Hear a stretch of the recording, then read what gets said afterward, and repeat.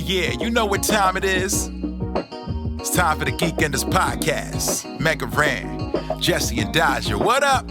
Let's go. Yo, it's the weekend. Yeah, it's time to geek out. Let it begin. Go on, stream and shout. It's Jesse and Dodger, so give them a follow and see what the Geekenders are all about. Yo, it's the weekend.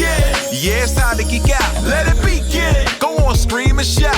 It's Jesse and Dodger, so give them a follow. #1 geek podcast, without a doubt. Yo, another end of another long week. Got a job and a kid, I know that you all beat. So take a second, grab a drink and vibe while we catch you up in just a matter of time. On gaming, comics, whatever you're doing. If you're nerdy like us, then you know you should tune in. Thank you for sharing our world with us. Now follow, subscribe, and turn this up. Yo, it's the weekend. Yeah, it's time to geek out. Let it begin. Go on, scream and shout. It's Jesse and Dodger, so give them a follow. #1 geek podcast, without a doubt.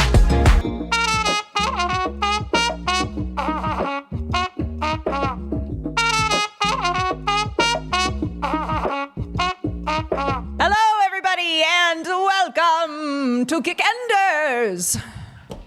Episode number 25. Geekenders. Geekenders. I'm so sorry. You do it. You do it.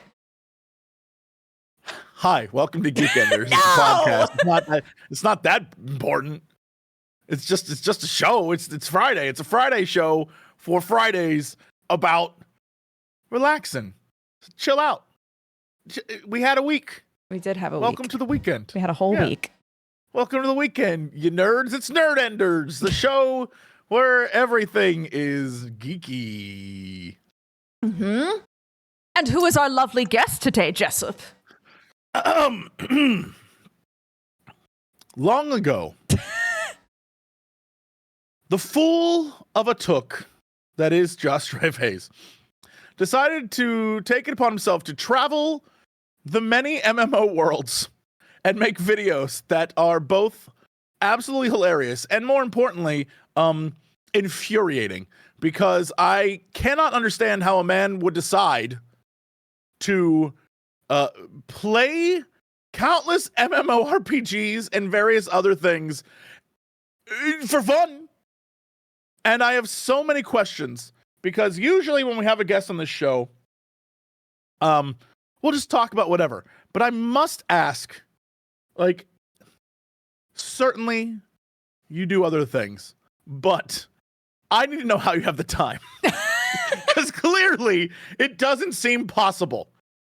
It doesn't seem possible that you can play other stuff while also make, like, oh yeah, so I played a game called Jorbies. It's a 2010 MMORPG by a company in, I don't know, New Zealand that produced this game, and 6 people played it, and this is why it's hilarious. And I'm like, how? How do you do this? It has been a very interesting adventure, a journey from the idea of playing every MMORPG up to where we are now. I think we're about 82, 83 episodes into the series of worst MMO ever. So I'm looking forward to answering all of your questions about MMORPGs, about gaming, about acting, about geek stuff in general, and any questions from the chat I'm looking forward to answering as well. So thank you very much for having me on Geekenders. I'm looking forward to this. How on earth, seriously, do you, 1, find them, and 2, play them without losing your mind? Because I don't understand. Like, this is the baseline for the rest of this show. I don't know how you find the time in a day to do anything at all. I don't. I mean, what I enjoy looking at all the hobbies that I used to have. And I look and I'm like, oh yeah, Magic. I used to play that. Warhammer. I used to make that. I feel that way since having a child, so I relate. It's nice to have a look at the things that I used to have time to do, because there's that horrible kind of trifecta irony where you've either got time, money, or energy, but you can't have all three at the same time. So when you've got the energy and the money to do something, you don't have the time to do it. When you have the time and the money, you just haven't got the energy.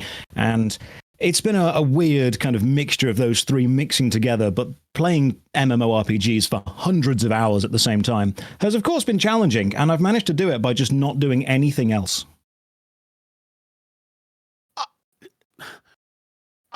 I feel like this show is going to turn to less of a show and more of an intervention because I don't. Do you enjoy it? There is, I suppose what that is this goes back to the fact that I wanted to be an actor since I was a kid and that I wanted to be an entertainer. So I'm very privileged to have found a position where I can entertain, tens of thousands, hundreds of thousands in some cases of the successful videos, millions of people with the content that I create. But I wouldn't say that I always enjoy it on a moment to moment level because there's only so many hours I can spend playing League of Angels 5 before I start to question, why am I doing this? My PC looks at me and goes, Josh, we've got more infections that I even knew existed. My PC is home to more crypto miners than most of Taiwan. But when I'm actually creating it, it's a challenge.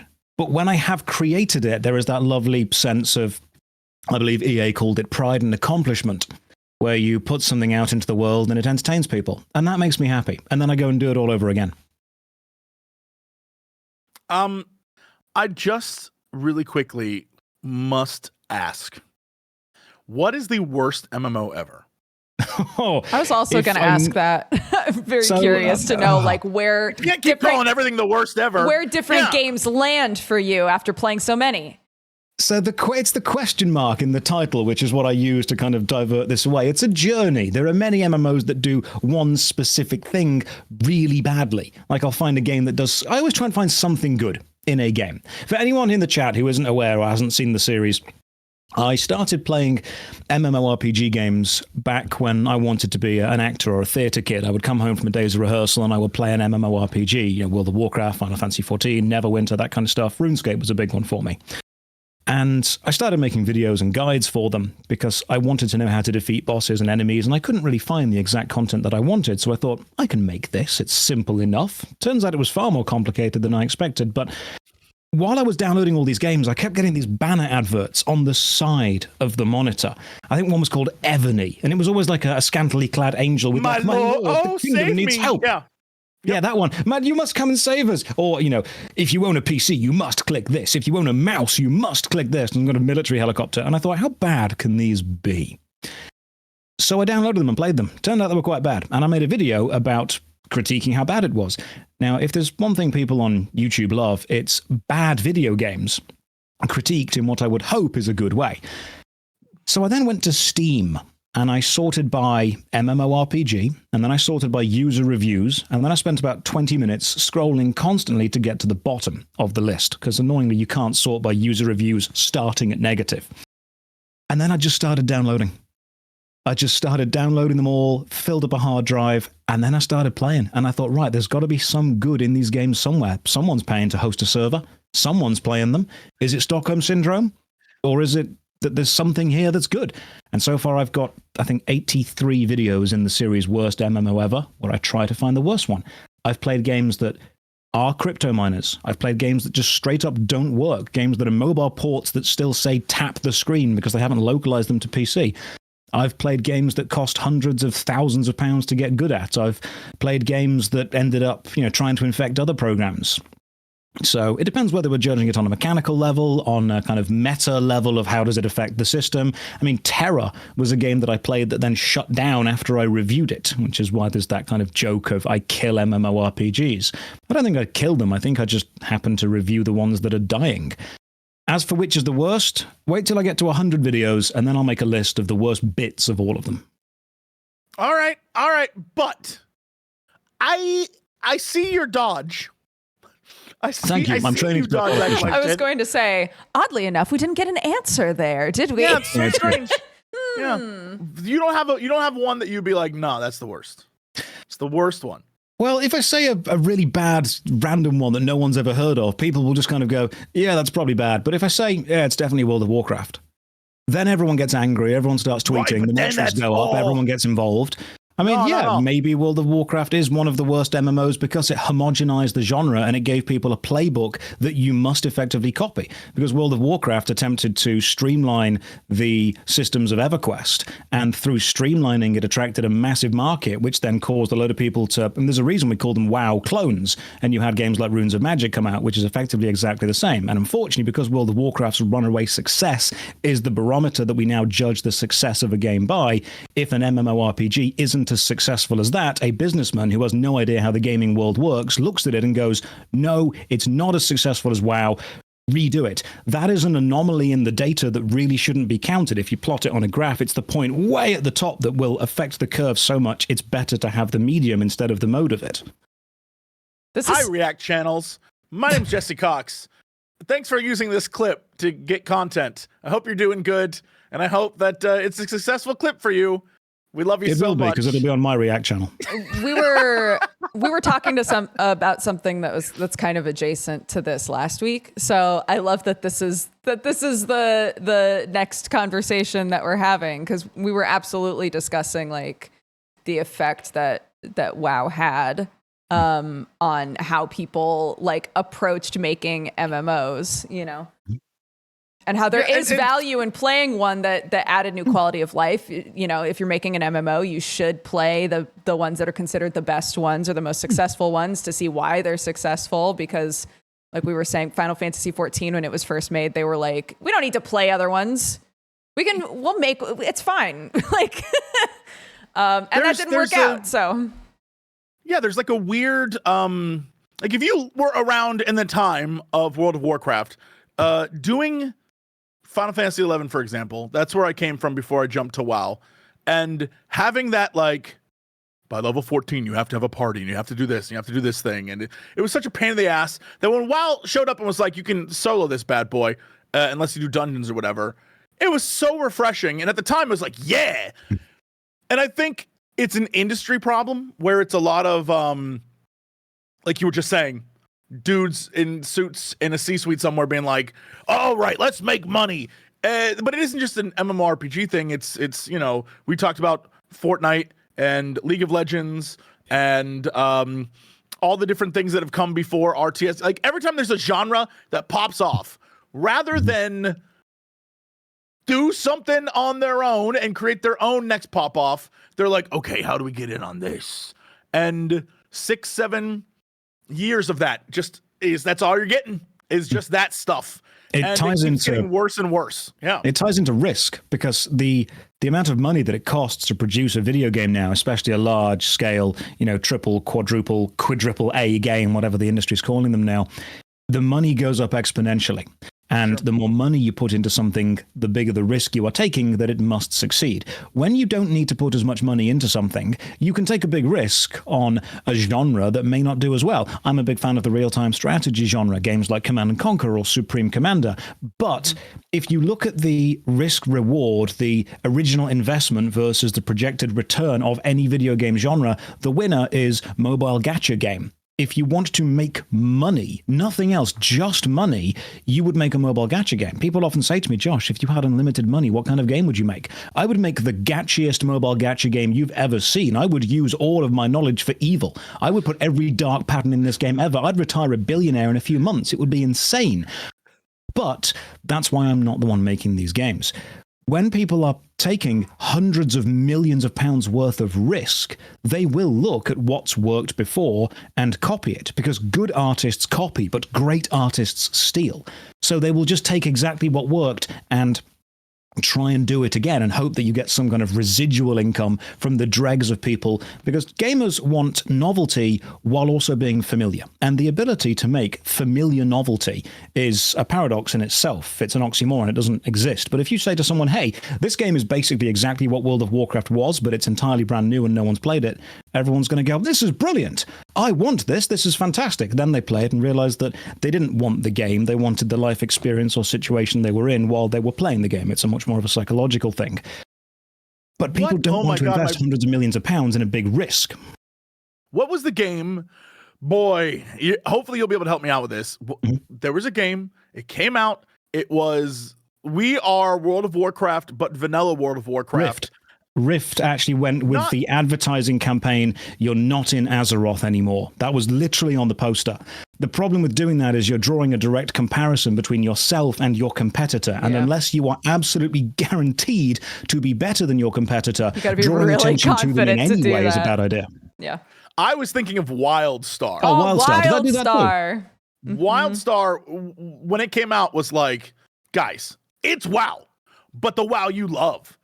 And yeah, it couldn't live up to that hype. Like, yeah, I you're just played it, and it reminding was people of fine. another game. Yeah, it was fun, but like the entire time I played it, I thought it's just gonna go back to WoW. And I feel like that's what most of the problem is. If you don't have a thing, there's no reason to stick around. And Blizzard, if they're anything, they're very good at stealing other games' things and putting it into WoW. And so you just go back. Yeah. The Blizzard polish was legendary. The idea that Blizzard used to be able, it's not the same company that it was at all, but they used to be able to take an idea, a genre, a game, and polish it to perfection.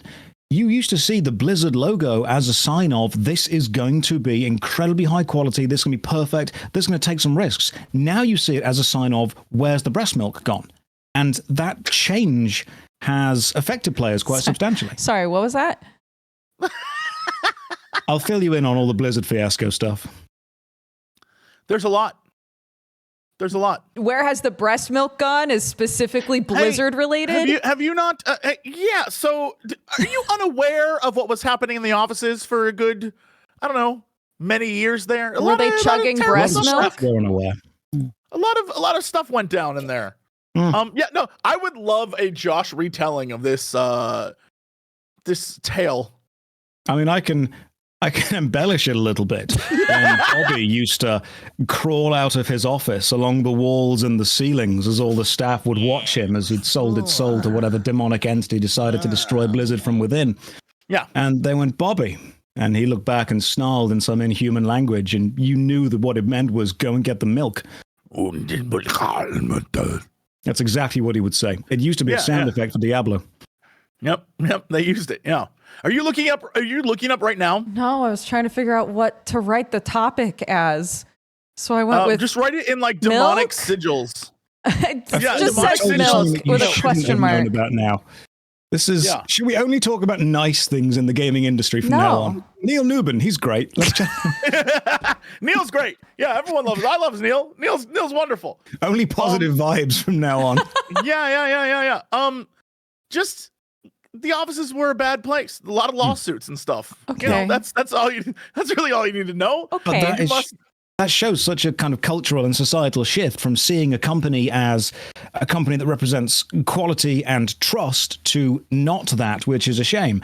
But that gets us into a more psychological element of, do you buy a game for the company that makes it, or do you buy a game for the game being good? I mean, CD Projekt Red got into some hot water when Cyberpunk didn't release as well as it was expected to be. There's a lot of stuff we can go around with this.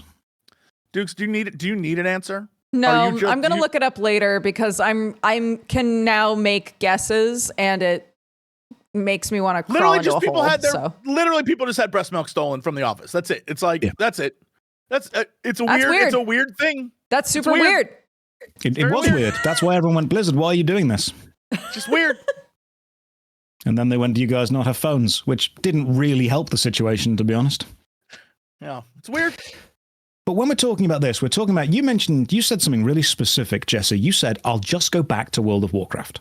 And that is such an important sentence that a game designer needs to think about, because I've had so many people contact me and say they're making an MMORPG. And I've said to them, the problem is you don't need to just make a game as good as World of Warcraft. You need to make a game that is not only as good, but is so much better that it is good enough to effectively nullify 7, 8, 9, 10 years worth of memories, of friendships, of experiences, of enfranchisement, of entrenchment within it. Because when a new game comes out, you're not just saying, hey, leave your old game and play this one. You're saying to someone, hey, leave your old lifestyle, leave your old guild, leave all your old memories and come and play this instead. And that's why the MMORPG genre is so difficult to get people to move from one game to another. You're asking them to not just play a different game, but have a different hobby, to have a different lifestyle, to exist in a different world. And that's really emotionally intense. But at this point, it's not just on you as the game developer to do that, because I would argue that Blizzard and the way that they've tried to add on to and innovate with WoW in recent expansions has not met the mark. And people are already sort of emotionally detached anyway, even if they're still playing it,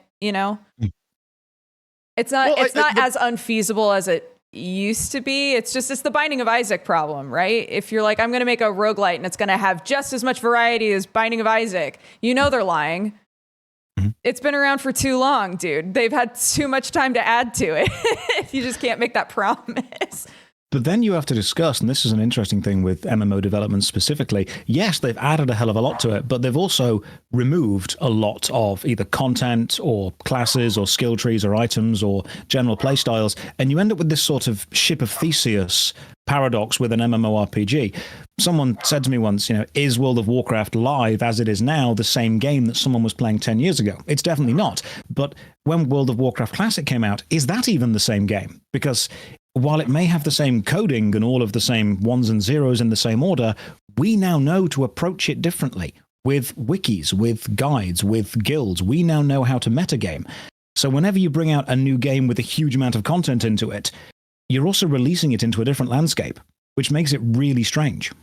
The biggest issue I think WoW has is that it needs to adapt, because if it was still original World of Warcraft, it would be dead.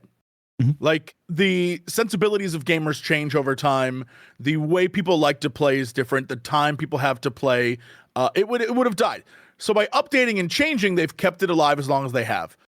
But at the same time, by updating and changing, it also, like you said, is not the same game. It's a different beast entirely. And so I think it's really interesting to see that it's like a weird balance that I don't envy any developer having to do, because it's very clear that you have some of your audience likes this, some of your audience likes this, some of your audience likes this, and you have to cater to all of them in your game in order to make it really successful. And the more you try to do that, the more, like you said, it becomes kind of homogenous, and it becomes sort of this like, well, everyone can play, and also everyone can enjoy. And it's like, well, that's not how that should work, because eventually no one's going to play and no one's going to enjoy. It's too homogenous. It's too normal. I mean, the point you bring up, and it's a great one here, was echoed by the Magic the Gathering designer Mark Rosewater when he was talking about designing a Magic the Gathering card. And he says he hands out this card to test audiences, and then he asks for feedback on people's emotional reaction and opinion to the card on a scale from 0 to 10, 0 being I absolutely hate it, and 10 being it's the best card ever. If every single one of those responses, or the majority, come back as like a 5 or a 6, he doesn't want to make the card. It's not about it being overpowered, it's about it being memorable. So when those responses come back as many 1s and 2s and many 9s and 10s, he says, right, this card, regardless of its power level, had an impact on the people that were playing it. That's going to create a memory. That's going to be emotional engagement. How do we now balance this so we keep the emotional impact, but make it a good playing piece? When you try and make something that appeals to absolutely everyone, you are making something that will end up appealing to very few people. Because if you have, and this is actually why YouTube channels die a lot. It's a weird tangent, but if I had a YouTube channel and I had 5 different topics that I enjoyed, completely different, and I put one video every topic in order 5 times, only 20%, one of those 5 videos, is actually appealing to any of my audience at once, which means 80% of my audience don't care about any individual thing that I'm putting out. World of Warcraft have tried to appeal to absolutely everyone, which in doing so means the majority of their content isn't for their core player base, which ended up seeing a lot of player dips. And then we came back with, hey, Classic. We want Classic. The core player base wanted Classic. Came out really successful. Same with old school RuneScape. Same with, I think Elder Scrolls Online have tried to do some kind of throwback to it as well. I know that Runes of Magic have pulled out a Classic server. There's another game coming out that's doing a Classic version as well. It's people very much want to have the core player base appealed to. And then the businesses and the suits say, we want the people that aren't playing our game to play it as well. Mm-hmm. What do we need to add for the people that aren't playing our game? And you add stuff that the people that are playing your game then don't want. I mean, I think that's why so many games like this wind up offering like longer and longer and longer free trials, right?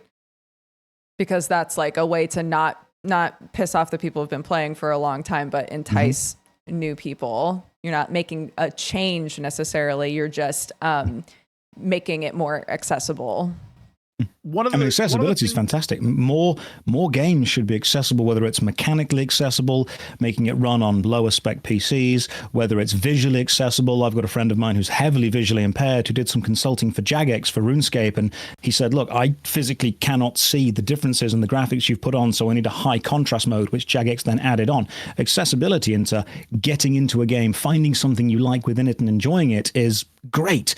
But the more you dilute the core concept of a game down by adding in more and more in-game mechanics, you then have to step back and say, right, what even is the core gameplay loop anymore? Who are we appealing to? Where does the marketing for this go to? I mean, even though it drives me crazy, because convincing people to play it is an effort, one of the things that I actually very much understand and appreciate is Final Fantasy XIV straight up just is like, look, we understand there's a high bar of entry to play, and you got to get through 500 hours to get caught up, but that's not changing. They're like, the story's an RPG, and it's going to be an RPG, and if you want to experience it, either you're going to pay us money to skip ahead, in which case, why even play, or you're going to end up playing through the entire story. And that's it. And I'm like, you're making it difficult for me to convince people to play, but I guess if they're in, they're in. And you know, it's one of those things where it's a core piece of they're like, we're a story game.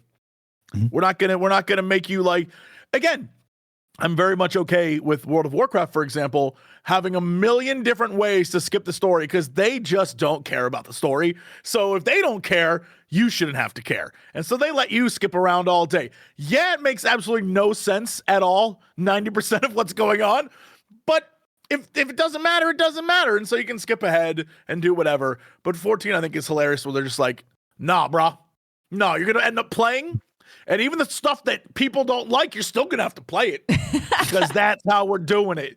And it's, I don't know. Part of me is like, you're keeping people from playing. People aren't going to play. But there's something ballsy about it being like, those who do like it will play the entire time. They are keeping people from playing, but they are also heavily appealing to the exact demographic that wants that. You walk up to someone and say, hey, this is a 500-hour RPG. You're going to get a lot of people back away from you, and a few people walk toward you and go, oh, hell yes. Fantastic. That's what I want. That's exactly what I'm into. And it's that core player base that you're going to not only, attract originally, but then keep and hold. If Final Fantasy XIV were to turn around and say, you know what, none of that 500 hours matters, that is then going to be a big kind of kick in the face to the people who have invested in it. And that, I think, is a great example that you've brought up of an MMORPG specifically understanding what its core player base wants and saying, yeah, we're going to lean into this. We're going to use this as a crutch. You can play a hell of a lot of FF14 without ever engaging with the story. As soon as you discover the Golden Saucer, that's a couple of days gone right there. Mm-hmm. But then when the story, when you do interact with it, when you think, right, I should start this, then you get drawn into it. Elden Ring didn't have an easy mode, unless you count summoning the clone of yourself while you're dual-wielding katanas. That was pretty much easy mode for that. It wants to be a very specific experience for a very specific type of gameplay. And the more you try and... accessibility as far as actually being able to play the game is great. But then a game or a game designer does have to at some point say, right, what experience do I want to create? And this is a really interesting story, kind of beat difference between, I think it was Elden Ring and I want to say Death Stranding, or one of the Metal Gear Solid games, where one of them focused on having absolutely no difficulty slider and changes whatsoever. This was the game. This is the experience. We all have this. And the other one was you can completely kind of customize the game experience that you want, the difficulty you're going to go through the game in. And which of those is more of a real game, to use a strange term? Because the Elden Ring, for example, if you finish it and you met someone else who has finished it, there's that kind of camaraderie, that understanding between you both that you've actually both been through the same journey. You've been through the same level of difficulty, the same challenge, you've killed the same bosses with the same mechanics and the same enemies. It's like meeting someone who's played an early N64 game or PlayStation 1 game, and you look at it and go, oh yeah, I finished that. Yeah, I finished that too. There's that unspoken, immediate understanding. Whereas when you give someone a game that has all the customization for difficulty ever, when you meet someone who's finished it, there is still a connection, but there is also that kind of gentle, frayed edge where you will, on some level, acknowledge that actually you may not have had exactly the same experience as that other person. And I'm not saying that's wrong, but it is a game design element to consider. Yeah, I mean, like, it depends on whether or not you I guess, care about that, right? Because at the end of the day, it's a single player game is about your relationship with the game just on its own, right? And I would argue that maybe some of that, like, oh, we didn't play the exact same game because I adjusted things that you didn't. Depending on what it is that you adjusted, it could be linked to a certain amount of like this weird, like, are you a real gamer shame, you know? Oh no, of course, and that's it does get into that, unfortunately, and people do start gatekeeping. And I'm not saying that anyone's experience is lesser. I'm saying that they will be considered different, unfortunately, within the gaming sphere. It's not right, but it is definitely a thing that people talk about, unfortunately. I mean, Tomb Raider is a great one-player game. I love the original Tomb Raider 1, 2, and 3 on PlayStation 1. But if someone were to say, hey, I've played the entire game through on God mode, I had unlimited ammunition, I had unlimited health, I could reload immediately whenever I wanted to, that would be a different experience to playing it through as it was, let's say, intended by the devs. Sure. As long as both people enjoyed playing the game, that's absolutely fine. But we're getting into a discussion now about whether the player choice of the challenge of the game changes not the fundamentals, but the specifics of the game. And again, I'm not saying to anyone that your experience is lesser. I'm not trying to gatekeep games. You should be able to play them through as you want. This is just a discussion about, does it change the experience of the game? I think it comes down to what the dev sets out for the experience to be, right? Because there's ways of creating games where it's the whole point of the game is I want the players to experience the story, or I want the players to experience visually what's going on, or just a million different ways of players playing a game. And you can do that from easy mode and narrative modes to the hardest mode possible. But sometimes game developers, going back, you were talking about Metal Gear, but like going back to Kojima for a minute, like Death Stranding is a game that depending on when you play it, it changes. Like when you play it, when it first came out, that game was like walking simulator, just going around. And then if you waited a little bit, there were zip lines everywhere and roads, and it fundamentally changed the way the game played. And it was a different experience. And I think that alone is the message of what Kojima's trying to say in the game is like, by linking people together, by doing all these things, he's changed the world. It's what he wanted to do, right? And I think Elden Ring has this vibe of, there's story there, there's some cool stuff, but what we want you to do is we want you to struggle, or we want you to like throw your controller a little bit and get pissed off and hopefully overcome it. And that's the experience. The experience isn't like I'm going around the world. Oh, that's cool. Oh, that's cool. The experience is like, we want to hurt you. And we want you to band of brothers your way after this. Like when it's done, we want you to see a guy and you both recognize you were broken by this game and you beat it though. And so now you're like, okay. And like, that's what they were going for. Mm-hmm. And I think that's one of those things where you have to totally respect what the devs' philosophy behind the game was or what they were trying to do. And while I am down sometimes, a lot of the times, to just easy mode it just to see the story, it's very clear that the reason why it's there is because they want you to see the story. Some games, the story ain't the thing. That's not what the devs are going for, and you just have to like accept that's what the devs are doing. And there's some games like I think it's Dark Souls 2. Haven't even played it. I won't go play it. I'll just watch everyone and their brother play it. That was my first FromSoft game, was Dark Souls 2. Mine was 3, so like that's where we're at. I'm like, you know what? I'm good. I'm fine. And so but I've watched plenty of people play it, and I've lived vicariously through them, and I've enjoyed their suffering. And so it's like, that's where I think places like Twitch or YouTube come in handy for a lot of people, where if it's not something you can do, then at least you can watch someone and experience it through them and get the vibe of what you would have gotten anyway if you played on easy mode. I was going to say the same thing. It sounds a little self-serving because we're all content creators, but yeah, yes. if there's a game that's out and you think to yourself, I just want to play this game, but like only see the cutscenes, really, or like, I just want to like get the vibe of what this game is like.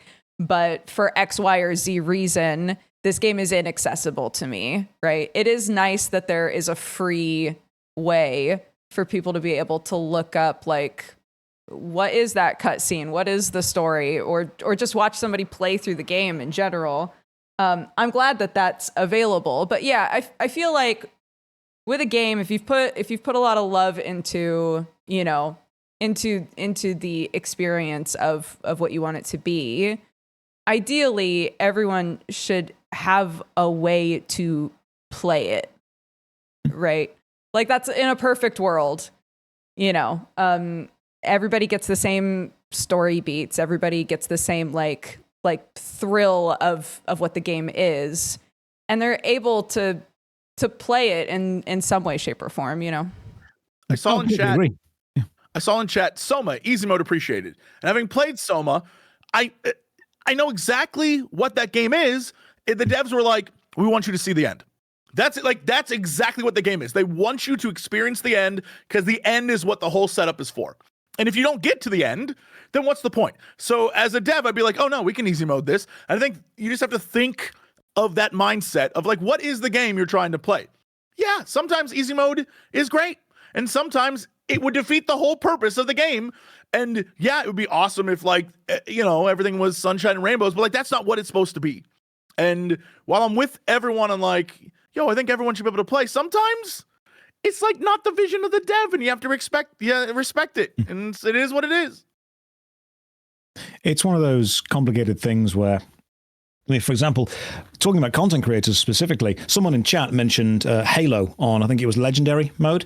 And when there is almost a cultural currency that is earned whenever someone within kind of that culture completes something difficult, a challenge within a game. You know, if someone comes up and says, hey, I was able to speed run Halo on legendary difficulty in this time. That's why we watch speedrunners. It's why we watch challenge runs. It's why, you know, YouTube and Twitch is full of people who want to try and do difficult stuff. The Happy Hop completing all of the Souls games without being hit once.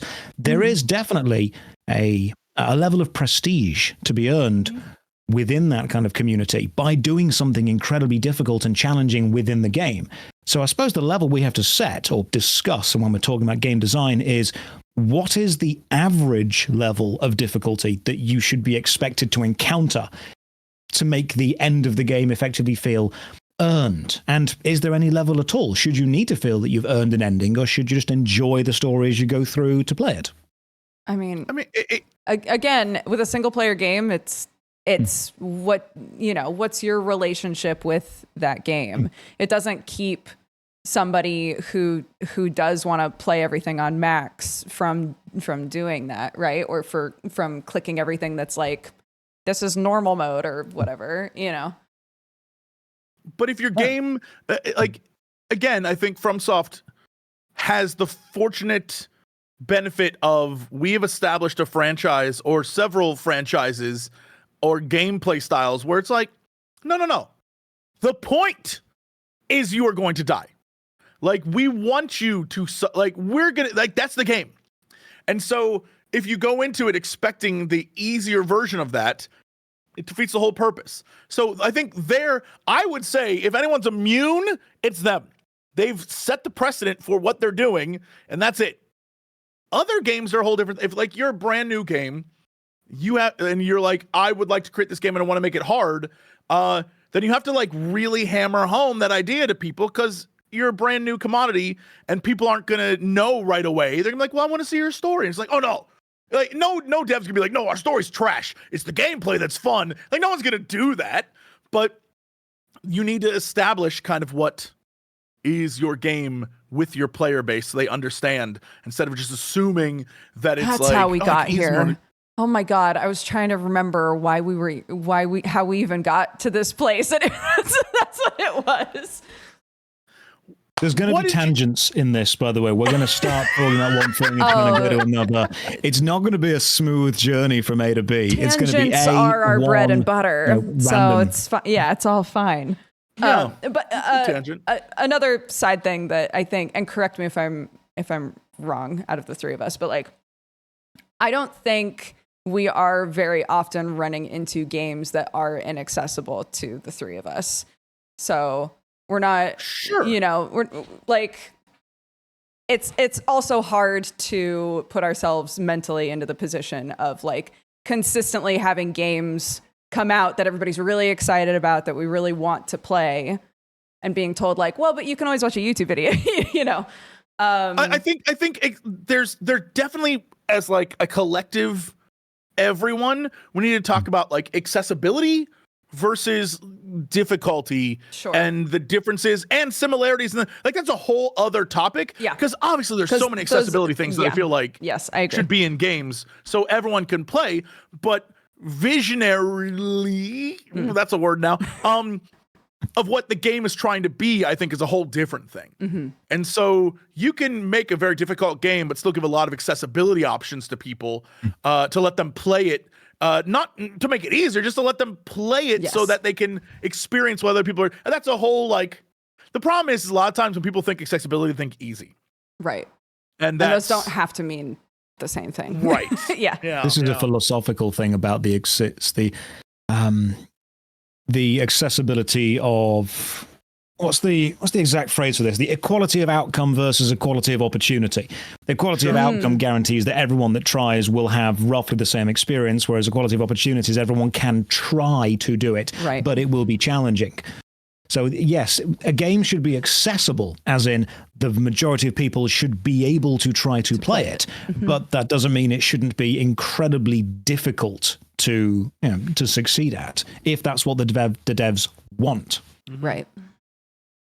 And you mentioned as well, Jesse, a great example of kind of front-loading audience expectations. The remake of Doom that came out in 2016 starts with the player effectively picking up a monitor where the doctor starts to give a bit of backstory, and one sentence into that backstory, Doom guy just punches the monitor and pulls out a shotgun. That is a great visual indicator, great bit of mechanics in the game saying, this doesn't matter, here is a gun. Go shoot and stuff. And then the audience expectation was set. Go shoot things. Yeah. And it's something that a lot of, I mean, being in the game dev space now, it's something that a lot of people don't think about. It's even game devs, the showing your audience in the first X number of minutes, this is the game. And we're telling you, right, a lot of people, it takes a long time for people to figure out what the game is.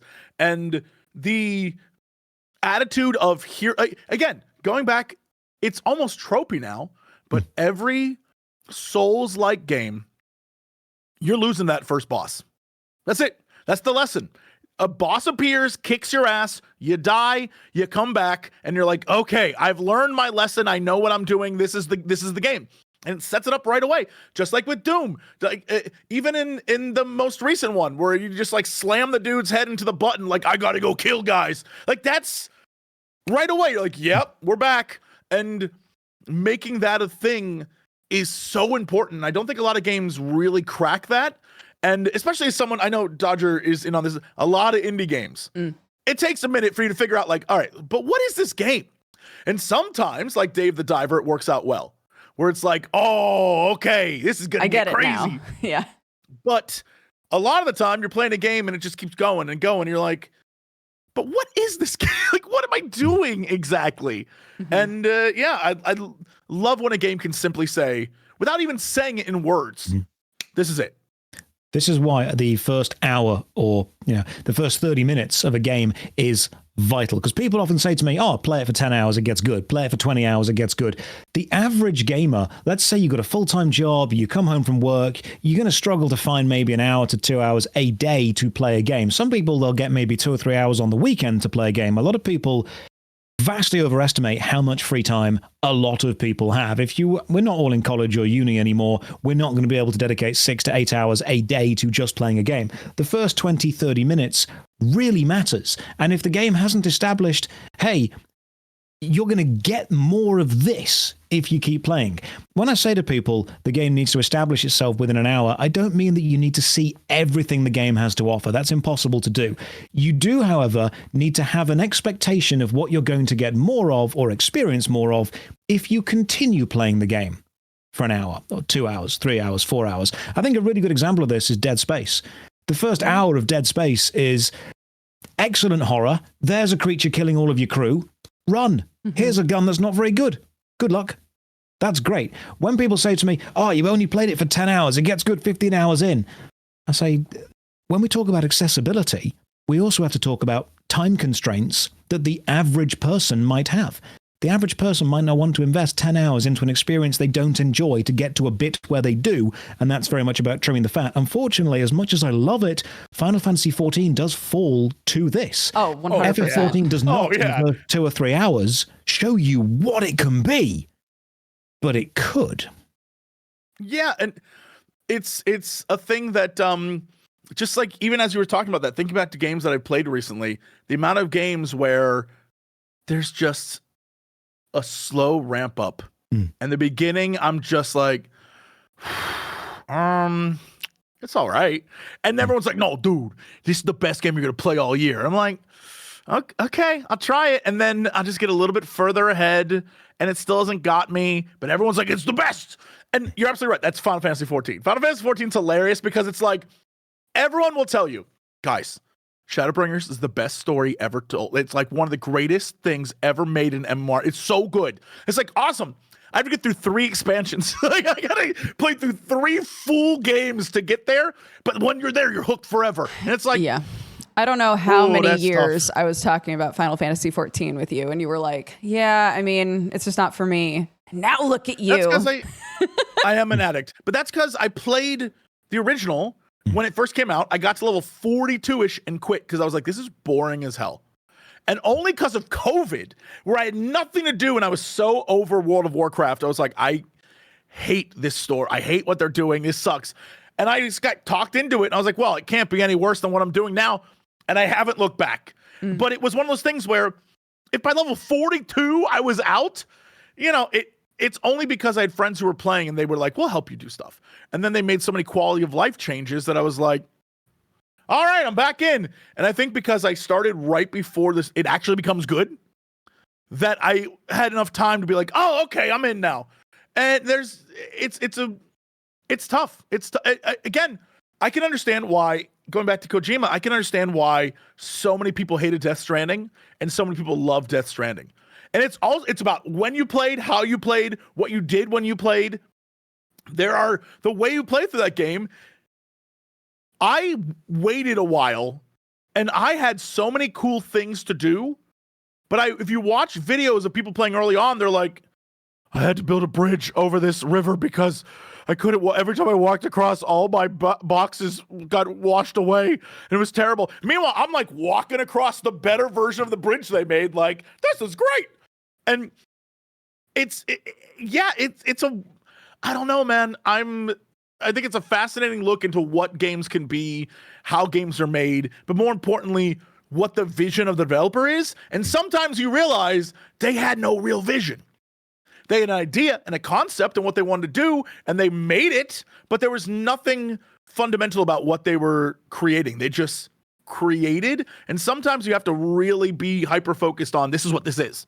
And a lot of times you find out, like, Persona games, I love Persona games, but my God, if you ask anyone to play a Persona game, the first couple hours are like, yeah. Am I even doing anything? What am I? I'm just talking to people. We got to establish all the characters and the slow pace of your life and how the catalyst, but it takes a while.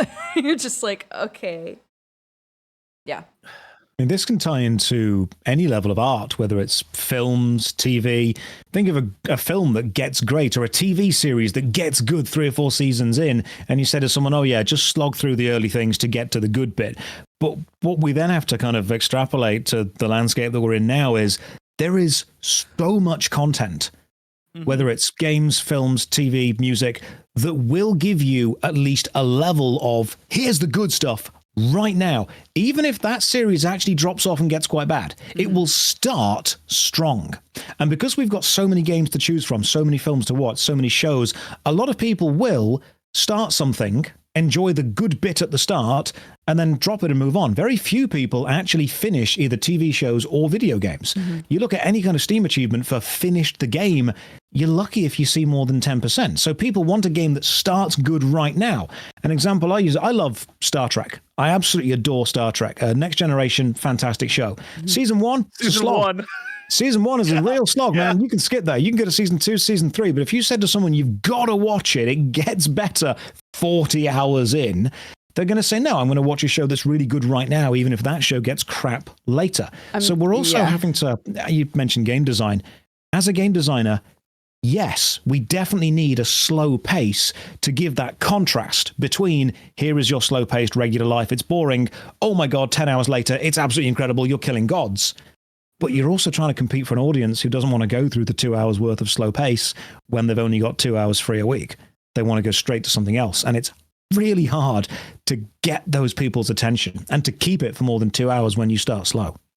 I know it's a trope, and I know a lot of game devs try to run from tropes, but something about here's the first hour, 2 hours of a game, and it's the most intense shit you've ever played. It's so over the top crazy, and this is what's going to be later in the game. I will always enjoy that, and I always love it. And even though it's such a trope to have, like, I have all my powers, and now I've lost all my powers, I don't care, because at least I know what it's going to be, and I've enjoyed that beginning, and it was cool as hell. But I feel like they're like, no, everyone's done it, dude. Everyone's done that. We can't do that. And I'm like, but it tells me all the things. It tells me what I'm going to be good. Yeah. God of War 2. God of War 2 starts that way. God of War 2, you are now the God of War. Go and join in with this massive battle. Cool. I'm using all the powers I got from the first game. I'm badass. When I say God of War 2, I mean Angry Man Kratos, not Dad of Boy that was then re-released. The original God of War 2 on the PlayStation 2. You're swinging blades around. About an hour in, Zeus turns up, takes all your power away from you, throws you down into hell. And you're like, all right, cool. Back to the start. I'm going to fight my way back, but I know what I'm fighting toward. Tropes can be good. Tropes are used as shortcuts, shorthand, if you will, to tell the audience something that they need to know. It's no different to an archetype of a character specifically. Tropes can have their place to effectively shortcut story writing or narrative beats. Yeah, and I honestly sometimes love them. And there's obviously some tropes that I'm like, why? Why did we do this? But there's other ones that you're like, yeah, well, this is the reason it's a trope. There's a reason people have done it and it works. And it's good. And if your game is an action game, you want to set up it's an action game in the first few minutes rather than, you know, just dudes talking to each other about, like, there's going to be action.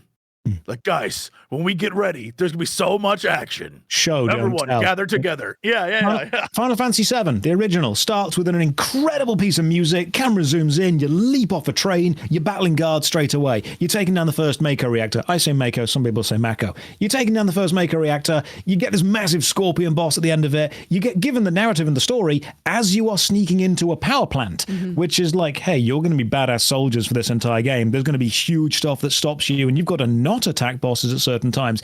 It sets that up. I think a really good example of an introduction is Batman The Dark Knight. The Dark Knight with the bank heist at the start of that film is such an incredible setup, slow pace, slow camera angles into very quick explosive action, back into slow paced detective work. Pacing the opening of your game to set up the ability to compare slow to fast later, while at the same time not losing people who don't want just slow, is an art, and very few games do it. And one of the things that, even though it doesn't do a fast pace or it doesn't do anything I'm trying to think of the best way to explain this, but Baldur's Gate 3 has an incredible intro that is secretly not incredible. Like, what you're playing isn't incredible. No, it's very basic gameplay wise. Yeah. But it sets up everything the game is. In the first hour of that game, you are wandering around, exploring stuff, making choices, fighting guys, talking to characters. Everything's in there, but it's like, we got to get out of this ship. It's exploding. And like, it's so perfectly set up. And it's one of those things that this is the game. This is what it is. If you don't like this, you're not going to like the rest of the game, because this is what the game is. And it even lets you do weird stuff. You can stick a thumb in a brain. Like, that's in the first 5 minutes of the game.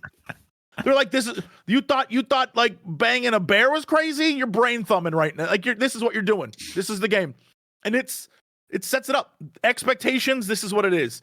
But what it does, and you were spot on with that, is it's giving you that adrenaline, that feeling of urgency through flames, through the visual of you're crashing, through the incredible alien architecture, through even the narrative delivery of you've got to escape. There's a time limit. There isn't. You wander around as much as you want. But you give the player that expectation of urgency while also allowing them the time they need to do whatever they want. And when they feel comfortable moving on, they move on. The players that want fast-paced early games will take that narrative hook that the game is giving them and play fast-paced and early because that was what they came here for. And the players that want to be able to explore around and see everything and take in the sights will do that because the game gives them that option to do that. This is going back to the accessibility chat earlier. Do you want a fast-paced opening or do you want a slow-paced smell the roses opening? Here's both. Will encourage you to do both, which was very good design and probably why it won Game of the Year from everyone. Yeah, and it also does something that is absolutely brilliant, which is we understand what D&D is.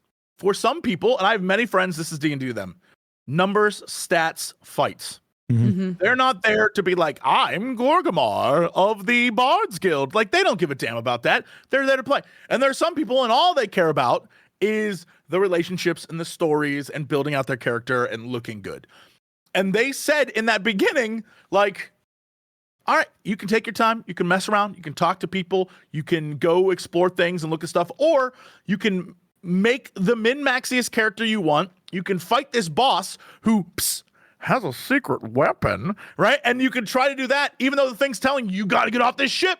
You have an X number of time. And so if you're like me, I'm like, I'm going to reload this shit till I get this boss. I'm going to figure out how to do this. I don't care.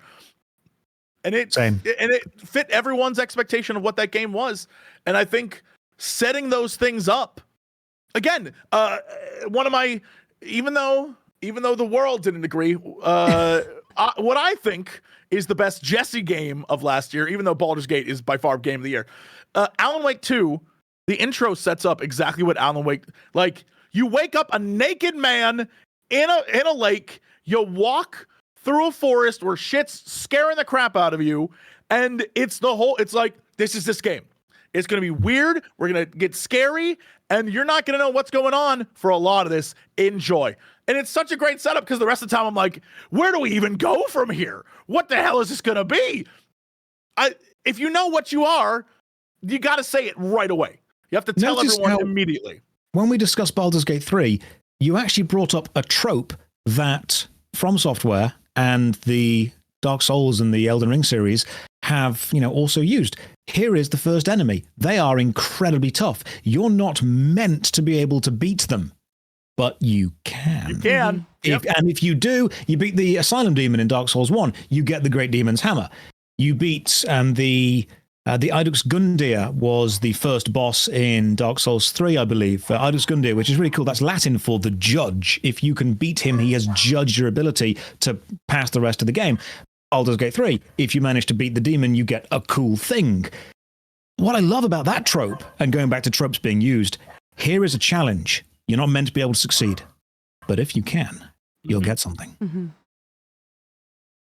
Yeah. But again, that sets up, if you can, the thing you get, again, Baldur's Gate 3, that sword is, for half the game, one of the most powerful items you're going to have. Pretty good. Yeah. And so if you have that and you earned that, it's like, okay, what else can I fight all that did was inspire me to be like when I played my bad guy version of Baldur's Gate 3, inspired me to just fight everyone. Cause I was like, yo, if I can just fight. And then I was like, yo, Ketherick, you son of a bitch. I'm not even going to do your storyline. Let's fight right now. And he's like, I'm invincible though. And it's like, no, I'm going to still try though, dude. And I can't tell you how many times I tried. You cannot. It's not a winnable fight. But I was like, I'm going to keep trying. There's got to be a way. And it's like, no, we're also a story game. Just go to the story, dummy. Right. And I'm like, but what? But hold on. I murdered whole towns. You're telling me I can't murder this guy? And it was like, no, this is a check. And then once you beat him, then you go to like another. I was like, oh man. But it does set up like expectations in me. When I was there, I was like, I'm killing everything. Something has to have an equally cool item, and I'm gonna get it. And I don't want to talk to him. I'm gonna kill him and take it. And that's where I was for that playthrough. I was just murder hoboing my way across the countryside, and it still worked. Perfectly viable way to do it because the game set up the expectations of you can. If they didn't want you to be able to do that, or if they didn't want to establish in the player's mind, hey, this is a gameplay style that will work, they would have had that fight be a cutscene and you would have just got kicked off. Or they'd have had the fight be a cutscene where you lose, which would have established you are weak at this point. They mechanically reinforced the play style that you wanted to go for, which is a really complicated bit of game design. And I mean, game design is far more complicated than any one person will ever be able to understand. There are so many little bits of facets to it, but talking about stuff like this and understanding why we like doing the things we do in games can help us at least try and dilute it down to, oh, that's why that works. Mm-hmm. I mean, and that's why the games that stick with me are always the games. I saw someone in chat mention Control. Like, I'm just going to give Remedy all the love. In the first hour of all their games, they're literally like, it's going to be weird, and you're going to do this. And that's it. It's immediate. The setup is like, it's weird, and this is what you're doing in it. And, you know, FromSoft has the exact same thing. It's going to be hard, and this is what you're doing. Like you mentioned with Doom. Like, games that are exactly what they tell you are games that you will remember forever. Because they're games that, like, I got it, I'm in, let's play. And indie games, I think a lot of platformers do that very well right now, where it's like, this is the game, you're playing this, and we're going to just make you jump on insane puzzles that are going to drive you crazy because watch out for wall spikes. And I feel like a lot of that is something people get, but there's also, unfortunately, this weird thing where if you're trying to include story a lot of the time, and I know Dodger and I have experienced this, we're trying to make a game where, like, it's a story game. But then suddenly the story becomes too much of the focus. Yes. And you're like, wait, what the hell's the game? And and then you're like, oh no, we screwed up. Mm-hmm. We gotta, like, literally this whole having thing. to start from scratch all over again. Yeah. You bring up a really interesting point with the fact that you enjoyed the game because it set up the expectations of what you are going to be doing within it, and then you go and do those things. Let's kind of link that back and contrast it to MMORPG design from many years ago to now. If you were playing a tank in EverQuest, your job was to not die. That's pretty much it. You weren't doing too much damage. You weren't doing too much healing. You weren't supporting, the rest of your team by slowing the enemy down or poisoning them. You were just not dying. The DPS, the role was to do damage. But then as the MMORPG genre grew and became kind of more homogenous, the developers said, hey, we want every class to be able to at least do everything well enough. And that is a level of accessibility where if you're playing a healer class, you can still tank and you can still do damage. If you're playing a DPS class, you can still tank, you can still heal. But at what point does that accessibility of everything start to impact your love of, I know what this bit is meant to do, and I am playing my role well enough? If everyone can do everything, do you lose that love of, the game has set up what I'm going to do and I'm going to do it well? This is a community thing too, I think. One of the biggest, just going back to World of Warcraft, it's one of the biggest things I think helped homogenize it as a game was the community are sometimes bastards. And I fully blame, like, Icy Veins. I find sites, I use them frequently, but the idea that in the beginning, World of Warcraft was, here's a bunch of skills and a bunch of talents, and you can do whatever, like, be the character you want to be. Make the character you want. Do the thing you want to do. And what ended up happening is that someone just told you this is the best version of that. And then people said, well, if you're not that, I don't want you in my party. I'm trying to get the highest damage possible. We're trying to kill these bosses. We got to be optimal. And it's like, but that wasn't the point of what they were trying to do with the game. But the community shifted the focus so much that eventually they just got rid of those things. Mm-hmm. And it was, you get these abilities. These are the abilities you get, and this is what you get, and that's it. And then the way to parse that, the way to get better was, oh, well, you have to do it this way. You have all these abilities, well, now you have to do it this way. And so it was like, okay. And then WoW was like, all right, we're bringing back the skills. And the minute they did that, I was like, bless your sweet souls. Like, this is so, I love that you're going to do this for people, but they're just going to figure out what the best version is. Go to Icy Veins, look up the guide, and then just make that. And why do it? It's dead. This whole part is dead. And I think it was the developer of SimCity that said players will optimize the fun out of a game. Once they find the efficient way to do something, there is no reason to ever do it beyond that. I mean, it links back to Magic the Gathering. Once an objectively better card comes out, then you will use that card. It doesn't matter if you like the artwork or you have history with the older card or you have a kind of personal emotional attachment. You are objectively wrong if you don't do this. And if you bring the wrong card to a match, or if you bring the wrong build of character to an MMORPG, are you playing it wrong? Because you mentioned earlier, Dex, about how a single-player game should absolutely be the way that you want to play it, and that's completely correct. But once we make a game multiplayer, are your character build choices actually now impacting the team that you're playing with? I was playing Neverwinter many, many years ago, and there was a tank that played a dwarf that just refused to wear a helmet. They just wanted to have the dwarf's head on display. That's what they liked. The problem was the boss had a one-hit kill if you weren't wearing a helmet. So eventually half of the group were like, look, dude, we get that you're role-playing this, but we aren't. We're mechanically playing it, and we need you to wear a helmet because you keep dying. So then there's that great video by Dan who says, is it rude to suck at World of Warcraft? It's Folding Ideas. So when we start talking about MMORPG games and we discover the meta, the optimal, the efficient thing, is that no longer a choice that you're making because you enjoy the game, and a choice that you have to make because mechanically you need other people to enjoy the game with you? I think a special shout out to Path of Exile as a side note. The second that I played that game and saw the huge skill tree and was like, wow, there's so many options, and went to click something, everyone went, no, don't click that. What are you doing? You're going to have to start all over. Wrong. And I was Stop it. Yeah. Immediately exhausted. Anyways, but if, you know, this also requires the community to be like kind of varied and thriving. But I guess something that is nice about an MMO specifically is you can choose to play with more casual players or more hardcore players. As long as the game gives you options to be able to find those people, right? Or those sort of communities exist online somewhere so that you're able to pursue that sort of gameplay. I think the most important thing someone said in the chat is find people who play the way you want to play. Yes. That is the really important way of doing it. You must play with a group of people who want to play. I mean, I was streaming on Twitch. I was streaming Fallout New Vegas. I'd never played it before, and everyone was telling me how I had to build to be super overpowered. So I, as a bit of a joke, specifically went against min-maxing and went for max minning, where I was increasing the worst possible skill that I could use at any given time and making my build effectively as weak as it could be across all areas. I ended up doing what I called mid-midding. So I was quite good at everything, but really fun to say good at the very least. At all. It was very, very funny, and I enjoyed it. I'm probably going to do the same thing when I play through with Mass Effect, because the moment that you start saying, right, I need to get a 1% increase in efficiency in power over something else, especially in a single-player game, you fall into this endless kind of loop, this endless fractal loop, because it constantly breaks off into, yeah, but what about a 0.01% increase? What about a 0.001% speed increase where you'll do this much more damage over the next year that you play? Eventually, you have to say, right, look, I am 80% of the way there. It's the Pareto principle.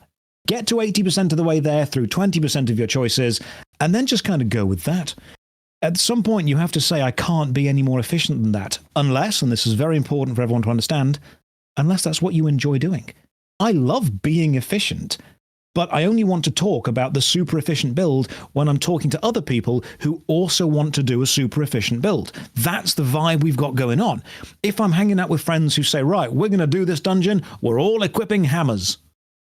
Okay, let's do it. It's a terrible idea, but let's do it. That sounds fantastic. All blue mage run in Final Fantasy XIV. The hammer run. Just keep exploding. It's fine. But this is the going back to poor WoW. Sorry, World of Warcraft. This is you today. But like going back to WoW, the thing I always thought that was interesting about it is for a long time, through a lot of the early years, it was you're either in the best guild on the server and you are min-maxing the shit out of stuff and you're getting the best of everything, or you're just casually playing and having a good time, but you wanted to experience the story. So Blizzard came in and they said, okay, we're going to make modes of this game where you can just with randoms do these raids. And it's going to be an easier version of the raids and you get to experience it and you'll get items. They won't be as good, but it'll be fine. And everyone's like, awesome. But then for some reason they were like, however, if you play on the hardest mode possible, we will give you an additional boss at the end that is going to also give you additional story. Well, if you're making the changes for story players, why Right. do that? That makes no sense. We're going to lock story behind extreme gameplay. But if you just want to play the game for the story from before, we've made it easier for you. It makes no sense. It's never made sense. Literally, I'll never forget at the end of Pandaria, there is the last raid where you can normally play it.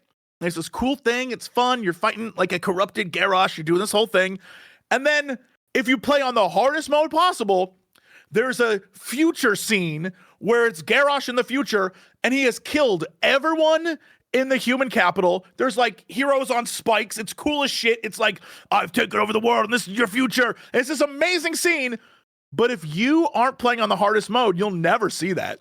But it's clearly designed for people who just care about the story, because most raiders I know did not give a shit. They did not care. They were just like, no, this guy's bigger and harder and the boss fight's cool and I get better weapons. So why it never made sense to me. You're giving the wrong rewards to the wrong types of players. Right, exactly. For what they're doing.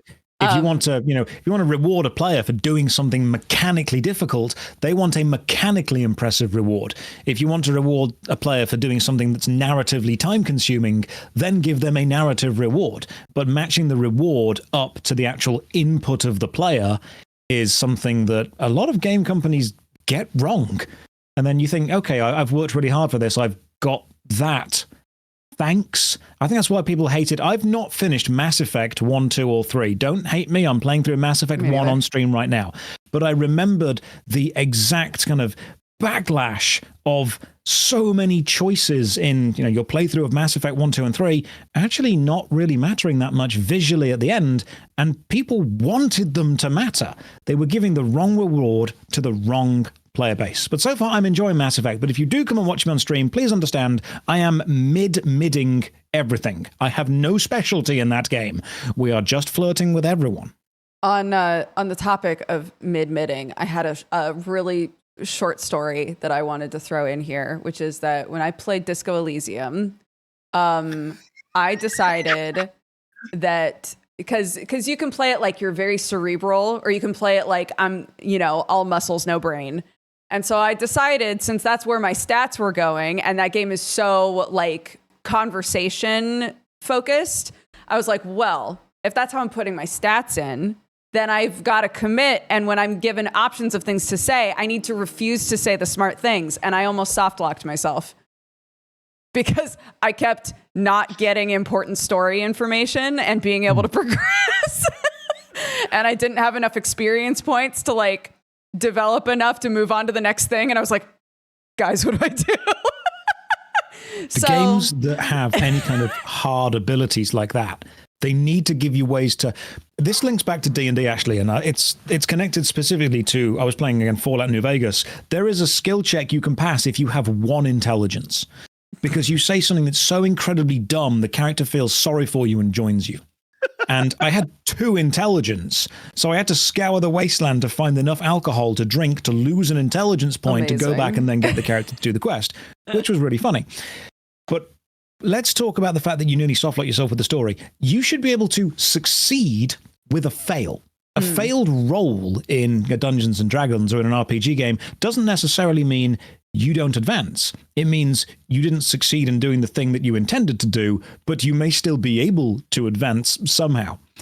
Failure can lead to progression, and sometimes that's the funniest way to do it. And it's really annoying when that doesn't happen. You can fail forward into story. Yeah, I'm not sure exactly what went wrong there, because Disco Elysium definitely is. I almost called it Disco Dum Dum because that's what I called the playthrough.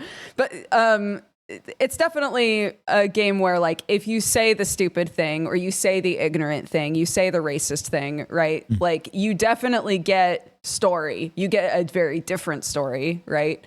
But at the end of the day, you are also playing as a detective, and you're supposed to be pursuing information. And so if you actively decide, like, well, I'm too stupid to pursue that information, then I guess it makes sense that I would run into a wall eventually, But I also want something that, if you're gonna fail forward, I'm also a big fan of, if that's there, I want hyper success.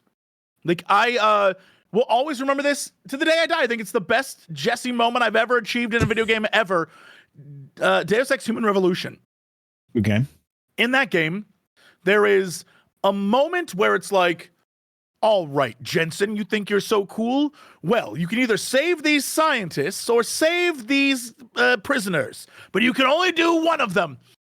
And being like, well, hold on. What, can I just stop the flow of the poison?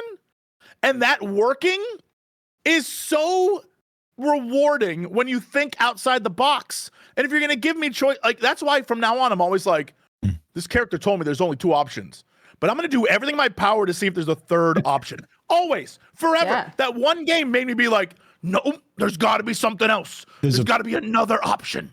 And when a game does that, you start to realize other games that don't do it feel slightly inferior. I mean, to tie that to TV, have you seen The Haunting of Hill House? The Haunting of Hill House on Netflix, one of my favorite horror series. I love horror. Hill House, Bly Manor, The Fall of the House of Usher, all phenomenal TV shows. The Haunting of Hill House had hidden ghosts in the background of almost every scene set in the mansion. And when you spotted them, there was a moment of shock. There was a jump scare just standing in the background. The problem is now, when horror movies don't do that, I'm almost disappointed that they don't do that because I've had the expectation of it being so good. Now, some people in the chat are talking about Dungeons and Dragons. And I would like to link this back to a D&D idea of failing forward. And this very much ties into your idea of you were given 2 options, but you did the third. You did a different thing which worked. Let's say that my players, and this is why I love the human input of a dungeon master over the limitations of a computer, and game design, of course, is about overcoming as many limitations as we can. Baldur's Gate 3 did it quite well. But if I'm playing as dungeon master, and my players come to a locked door, and they say, I want to try and break it down, and I say, right, roll for success and fail. Success doesn't mean they do break it down, and fail doesn't mean they don't break it down. Success means something good happens to the players, and failure means something bad happens to the players. They may fail on the I want to break the door down, but they do successfully charge through the door into a room full of heavily armed guards, which is now a negative consequence for the failure, but it has still pushed the narrative forward. The success could be they slam into the door that is locked, however, it knocks a jar of gold coins off the ledge above it they didn't see and wouldn't have existed unless they'd have succeeded at that roll. They still got something for the success. This discussion of we need to try and find a way to make success rewarding and failure rewarding in a different way, necessarily negative feedback, and combine that with your love, Jesse, for the third option that wasn't told to you that I'm going to do. I mean, I was, again, Fallout New Vegas, there was a quest where I had to rescue some people, and as soon as I talked to an NPC, that triggers a bunch of people to spawn by a corner and run around and attack you. And I could not fight this group of people. There were too many of them. But I realized they were spawned by a trigger. So I went all the way around the other side of the building and dropped a load of C4 where I knew they would spawn. Then triggered the conversation, quickly got the detonator out, clicked it, and just blew up the entire group of people straight away. That was an option that I thought, can I do this? I shouldn't have been able to, but it worked. And that was a memorable moment. And when we talk about game design, when we talk about accessibility, what we really want to find is this really rare intersection between someone being able to play a game, the game presenting them an opportunity to do something, and the player doing a third thing, which the game has secretly anticipated you doing anyway, and making it work in this beautiful cacophony of that was an awesome game moment. I think a game where I can't even count anymore how many videos I've seen where I've been like, I can't believe you can do that, is the most recent Zelda game.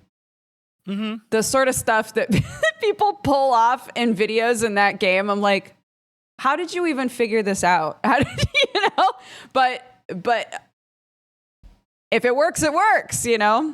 And I think players appreciate when a game just says like, yeah, if you put all these things together, it will be insanely powerful and it will break part of the game, but whatever, you did it. And so I think good job. I think that's why Tears is one of those games where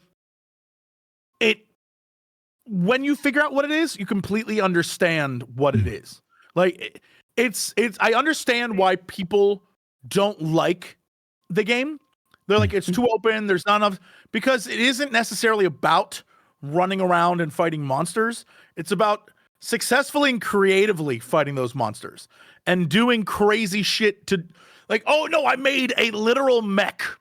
Yeah. And that thing, for some reason, has a dick that shoots fire. And it's hilarious. And I've enjoyed my entire, like, that's what the game is. Yeah. And I think it took a lot of people a lot of time to figure out what was going on. It's not necessarily about the story.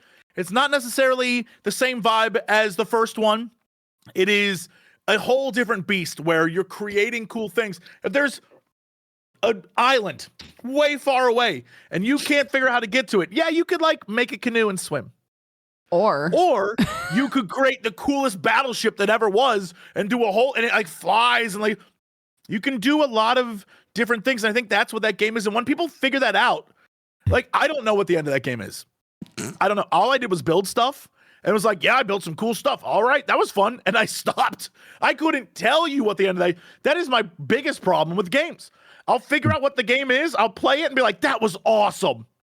All right, so what's this other game? And I'll just move on. But again, like there's sometimes a conversation around, how do you establish what the monetary value of a game should be? Like, do you feel like you got the monetary value out of it by finishing the game? Or does it have to do with a certain amount of hours of enjoyment? I think a lot of people, when it comes down to it, when push comes to shove, they don't need to finish a game. If they got a lot of enjoyment out of it, sometimes you're like, I feel really satisfied with what I've accomplished in this game. I don't really need to know how it ends. And again, we're very spoiled with the fact that sometimes we can just be like, I'm never going to finish that game. But you know what? Someone on YouTube has, and I will go watch and see what happens, This is one of the reasons that I Twitch stream. I look at my list of games and I'm like, I want to finish that. But then I get that horrible feeling I'm sure you guys understand it as, you should be making content, Josh. You should be working. You're wasting time right now enjoying that game offline. So I'm like, all right, I guess 1,000 people are going to enjoy it with me as I go through the wasteland. But you made a really interesting point earlier, Jesse, with about you can build the battleships and stuff. And people didn't know you could do that. What we've got onto there is the language and the expectations of game design. And I think people in the chat will start to understand what we're on about if I give an explanation. There are things that we as gamers inherently know because we've experienced them so often. They become part of our kind of colloquial zeitgeist. The language, a red barrel in a first-person shooter, that's going to explode. Sure. How do I know that? Because every red barrel has then exploded. There's going to be a treasure chest behind that waterfall. I've watched people play Tomb Raider 1, 2, and 3, play God of War, and they've said, hang on, why can't I just climb through that little gap there? I can see like a little gap in the scenery. I'm like, oh, you can't. They're like, oh, but I could climb through the other gap earlier. I'm like, yeah, that was contextual. And then I start to sit there and think, hang on, but why? I know it's contextual because I knew there was a little button prompt above it and a little light symbol above it, but this, which graphically looks the same, mechanically acts different. So when we talk about the language of game design, there are expectations that we, as the players, already have of the games, not only of what they should do, but also of what you're not going to be able to do. You're not going to be able to jump over and climb that chain link fence because that is the barrier on the edge of a level. But if you found another fence inside the barrier of the level, yeah, you can climb that. That's fine. Why don't we know that as gamers? And someone who doesn't know it comes in as like, hang on, this is inconsistent. It's a weird thing too when it, like you were saying, when it doesn't happen. If I see a waterfall and there's no treasure chest behind it, I'm supremely disappointed all the time. When I play a side-scrolling game that says go right, I will always go left. Same. The minute it drops me, I'm going left. And when that doesn't happen, when you hit a wall, you're like, I would have put something there. Like it's supremely disappointing because you know that it just feels in your bones. This is what should be there. Why make a waterfall way in the distance that I can swim to or get to? And when I get to it, it's just a wall and water. I'm like, what? Skyrim put all of the whole, what was the thing down there? The underground area in Skyrim where you went to a random cave and you found the whole underground area.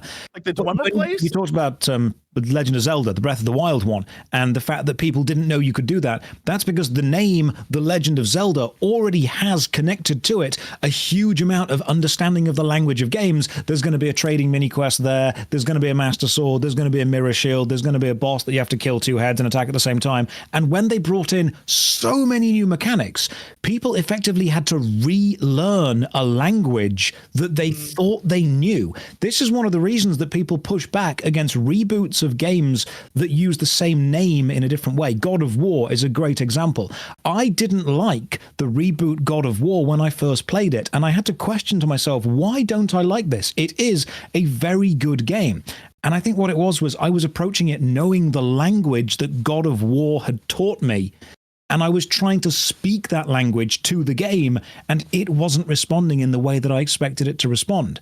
There was an expectation that we have that was then not met. And coming to terms with that took me a while. I mean, I saw it in chat, but yeah, Tomb Raider is another great example. They rebooted Tomb Raider, and it was like a different experience, and you had to like reassociate with what the game was. And yeah, it's rare that they nail it so completely.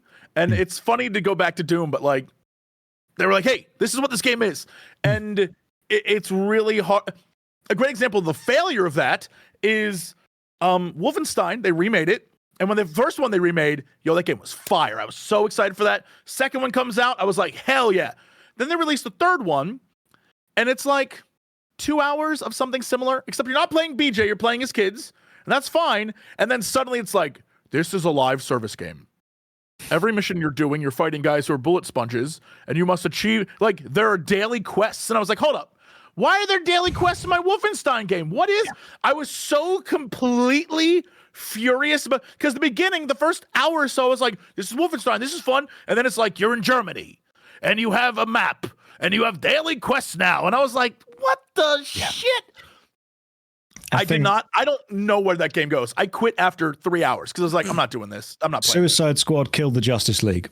Unfortunately, it was advertised with, hey guys, we're the same team that made, here's a list of other very good games. And now here's Suicide Squad Kill the Justice League. And people had an expectation of that game being made with the same language as all the previous stuff, and it was not. And I think this comes down to not necessarily game designers designing a bad game, but suits and executives demanding that a game be designed in a certain way because another game made a lot of money through doing that. But they don't understand the minutiae of other games that make lots of money through doing this have already set the language of their specific game, the game design expectations for their specific market. They're approaching it expecting that. If I approach Call of Duty, I am still a millennial who enjoys Call of Duty Modern Warfare and Modern Warfare 2, the original Modern Warfare and Modern Warfare 2. I think they're great games. I think they're, tight shooters. I think got an interesting enough story. The narrative campaign's fine. The multiplayer's fun. And then I look at whatever the hell Call of Duty is nowadays, and I've got Nicki Minaj running next to me. The language that I was expecting from one game is completely different to how it is now, and that is causing some serious dissonance in me as a gamer. And unfortunately, it's mostly caused by executives demanding the language of game design writing change to make what they think is the most money. There's what's weird is in Kill the Justice League, while it is an atrocious game, there's like one moment of brilliance where I almost saw what it could have been. There's a part where you're in a museum. It's like the Batman Museum. Mm-hmm. And Batman is going around snatching you up, your team, the entire time. And also there's like weird lights out jump scare. Like, it's like, I don't know, maybe a 10, 15 minute moment. But I was like, this could have been fun. If it was really like, we're the villains and we gotta like do our shit. But you're also just still Batman's around and he's just better than you. That moment, I was like, yo, this could have been if it was, we got to commit our crimes, but also Batman's around. So we got to like not get caught by Batman. Like there's a thing there that I almost was like, this could have been perfection. And it's in it. It exists. And then it's like, okay, now jump from rooftop to rooftop and fight like Brainiac goons. And I'm like, okay, never mind. But that one moment, I was like, this is what I would, what I still think is the best Suicide Squad-y kind of DC thing. There was an animated movie about the Suicide Squad. I think it was Escape from Arkham was the name of the movie.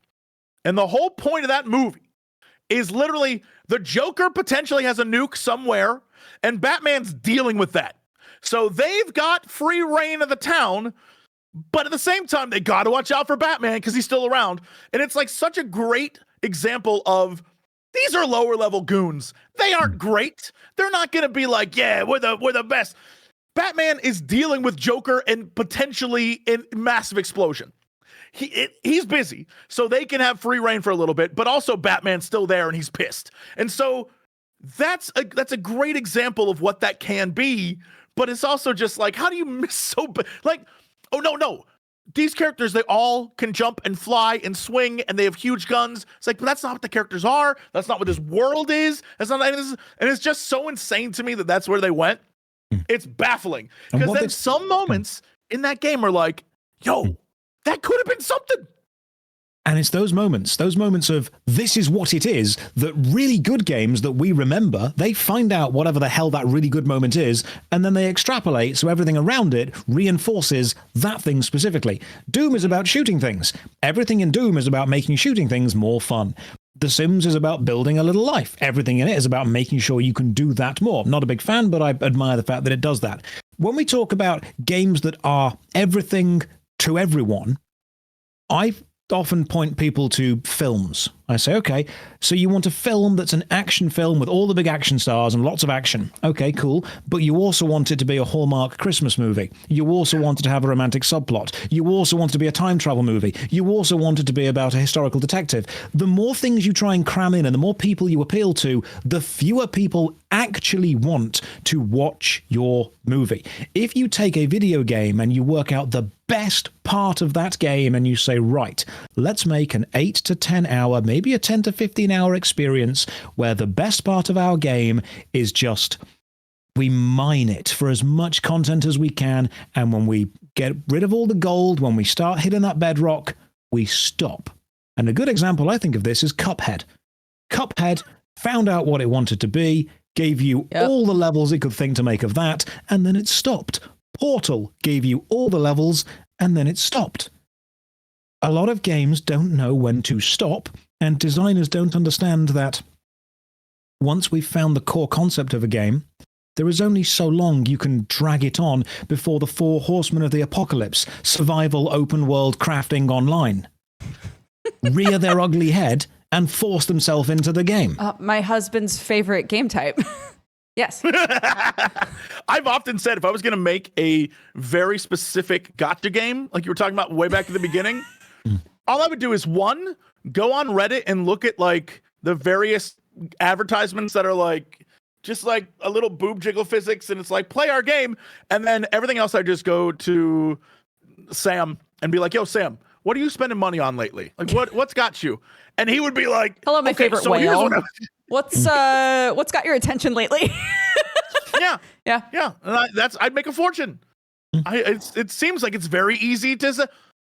I don't know what the hell Nike or Nikkei or what just Nikke is, but I see ads for it all the time, and it literally is just like some woman swaying and her boobs are moving like this. Yep. And there's guns in the background, and I'm like, I don't know what this is, but I know it makes a fortune. I know this game is selling well. Yeah. I sometimes say jiggle physics in the middle of my video just because I know it makes people look back over. And I know that some people in the Twitch stream have now looked back up or over from their second monitor, gone, hang on, Josh said jiggle physics. What are we on about? We're on about you, exactly, specifically, paying attention at exact moments. Points at the screen. We can exploit that. I know what you're thinking. If only our morals stopping us. Mm-hmm. Yeah, I made a video recently that was literally just about why there's so many adult games on Steam. And spoilers for the end of that video, it's you. You're why. Literally, it's always been you. People want it. Yeah, that's it. It isn't like the reason why it wasn't as huge as it was years ago is because people were still just like, well, I don't want people to know that I want it, but you want it, and everyone wanted it, and that's how it is. It's always been that way. Like, there's cavemen drawings of people doing it. That's like, it's not, Steam just brought out the private mode where people can't see what you buy and can't see what you're playing. It's no surprise that almost every friend I have on Steam suddenly went private and sales of Honey Pop just shot up. And I'm like, guys, I know. It's okay. Yeah, it's fine. look, I'm calling you out, Dodger, because I think it's hilarious. It's my favorite thing in the world. There was a time period, I don't know when it was. This was a few years back, but Dodger and I are Steam friends, and there was a game that you were playing that was I think it was a clicker game. Yeah, but it was like boob clicker or something. It was very clearly. It was like a Monster Girl idol game. Yeah. Here's the thing. I saw it and was like, what the hell are you playing? This is so stupid. What are you doing? And then I bought it. I was like, well, I have to see why she's so addicted to it. And then I was like, oh, this game's dirty. And then I was like, oh, Dodger, you're so how dare you? Meanwhile, disgusting. Like, click. Yeah. It's enjoy, have fun. Who the hell cares? Dude, one of the best moments of my relationship with Sam was me saying on stream, yeah, well, Sam has 100%ed the first Honey Pop game.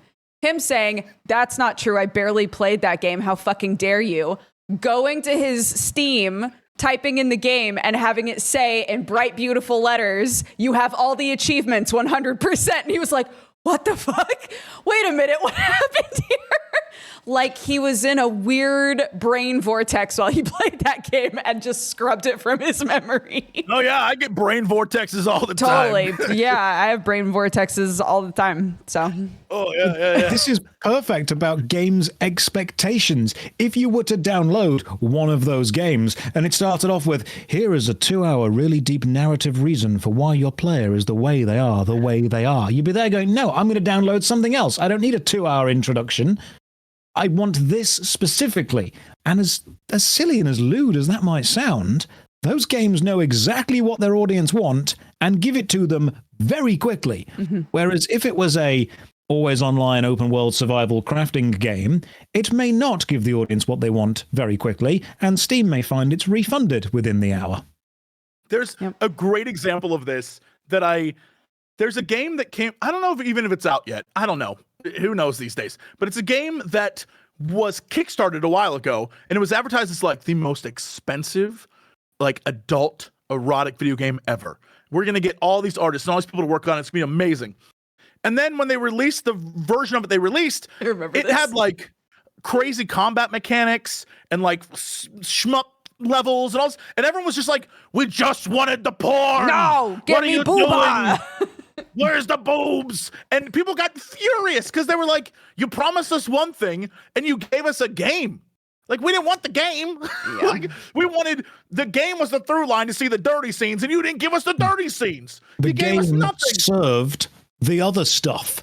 Well, what they've got was the other stuff serving the game. They put it's the wrong reward. It's the exact kind of Garrosh thing. It's the wrong reward for the wrong player base. Mm-hmm. Yeah, and I just remember that being hilarious because they were just like, I didn't want to shoot things in space. I wanted to flirt with the girl in my spaceship and get some. It's the ultimate example of a feature creep, right? Yes. We made all this money. What are we going to do with it? I guess we'll add more features. And it's like, no. No, don't. Stop. No one wanted that. We didn't. Yeah, and that's what I think is interesting about Honey Pop 1 versus Honey Pop 2. Honey Pop 1 was like, match these 3, see a boob. Honey Pop 2 was like, okay, we got 15 story versions. There's multiple girls. There's things to do. And everyone's like, number 2 but that's not what we wanted. I'll say it. Yeah, but it's a really great example of what we've just been talking about, except it's the dirty version, but it's so much simpler. It's people wanted one thing, you told them it was going to be one thing, and then they just sit there and play 25 minutes of a match 3 game, and you're like, well, I could just go on the internet and like, why am I doing this? Why did I give you money? I can just go look up something. And this is a thing where and it sounds silly, but the vast amount of human advancement has been done in the name of sex. I mean, there's an old saying, everything is about sex, apart from sex, which is about power. So whenever you're doing anything and you're creating anything, especially if it's about game design, someone will have somewhere found a way to do it involving sex, and you'll look and go, did this or did this not work? And now how can I add it to my game specifically? Mm-hmm. And I mean, just going back through all the games that you have thought are like, this is game of the year last year, sex in it. Most of the time when there is something huge that's everyone's like, wow. everyone's talking about this game. I promise you, there's an element of sexiness to it. It's just what it is. Even if you think the game isn't sexy, I'm telling you, there's an element of sexy in there that is sold everyone on what the game is. It's just, hey, hi, spoilers. If you haven't seen the chat that's happening right now, anytime Josh opens his mouth, all y'all hornballs in there like, what a suit. What a beautiful silky voice. I could listen to this man talk all day. He's really making this podcast better. He's so good at this. It's good. I've been watching it happen. Mass Effect, I've been reading the entire codex specifically. I will open up the codex. Hang on, let's get some Wikipedia up in here, just in case. You son of a bitch. But I've been doing it in the David Attenborough voice specifically. So people, you can watch the view count rise and fall. It's absolutely insane. So I'll be playing an intense part of the actual game, and we'll hover around, a decent view, and then suddenly I'll grab the alien council races. I'll lean into the microphone, and I'll lean forward going, "The Asari were the first species to discover the Citadel. When the Solarians arrived, it was the Asari who proposed the establishment of the Citadel Council to maintain peace through the galaxy."